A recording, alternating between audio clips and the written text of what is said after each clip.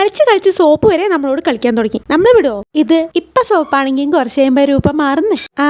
ഡാൻസിന് വാങ്ങിയ ഗോൾഡ് വളയിൽ നിന്ന് ഒരു വള എനിക്ക് തരുമോന്ന് ചോദിച്ചപ്പോ കുറച്ചൊരു ഡിമാൻഡ് ആയിരുന്നു ആൾക്ക്. പിന്നെയും ചോദിച്ച് പിന്നാലെ നടന്നപ്പോ വളയൊക്കെ ഊരി കൈ തന്നിട്ട് പറഞ്ഞേ, വീഡിയോ എടുക്കാൻ മൊത്തത്തിലെടുത്തോ, പക്ഷെ ഇതിന്ന് ഒരു വള മാത്രം അമ്മ എടുത്താതിട്ടോ. ഇളയോര് പറഞ്ഞാലും നമ്മൾ അനുസരിക്കണല്ലോ, അല്ലെങ്കിൽ വേറെന്തെങ്കിലും കാര്യത്തിന് വേറെന്തെങ്കിലും സാധനം ചോദിക്കുമ്പോ തന്നില്ലെങ്കിലോ. അതുകൊണ്ട് പിന്നെ ഞാനിങ്ങോട്ട് അനുസരിച്ച് ഒരു വള മാത്രമേ എടുത്തുള്ളൂന്ന്. വളയെടുത്ത് വീഡിയോ എടുക്കാൻ തുടങ്ങിയപ്പോഴും ആളടുത്ത് തന്നെ ഇരുന്ന് നോക്കിയായിരുന്നു അമ്മ കൂടുതൽ എടുക്കുന്നുണ്ടോന്ന്. വള വെട്ടി ഒരു മോതിരം ഉണ്ടാക്കി കഴിഞ്ഞപ്പോൾ ആദ്യം തന്നെ ചോദിച്ചു, അമ്മേ ഈ മോതിരം എനിക്ക് തരുമോ?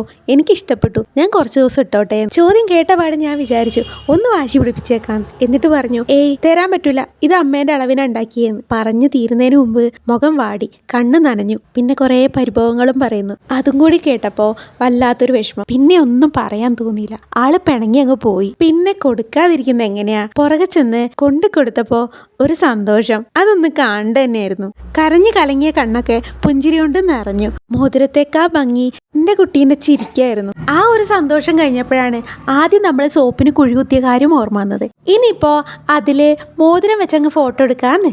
ഇന്നിപ്പോ ഇത്രേ ഉള്ളൂ കേട്ടോ.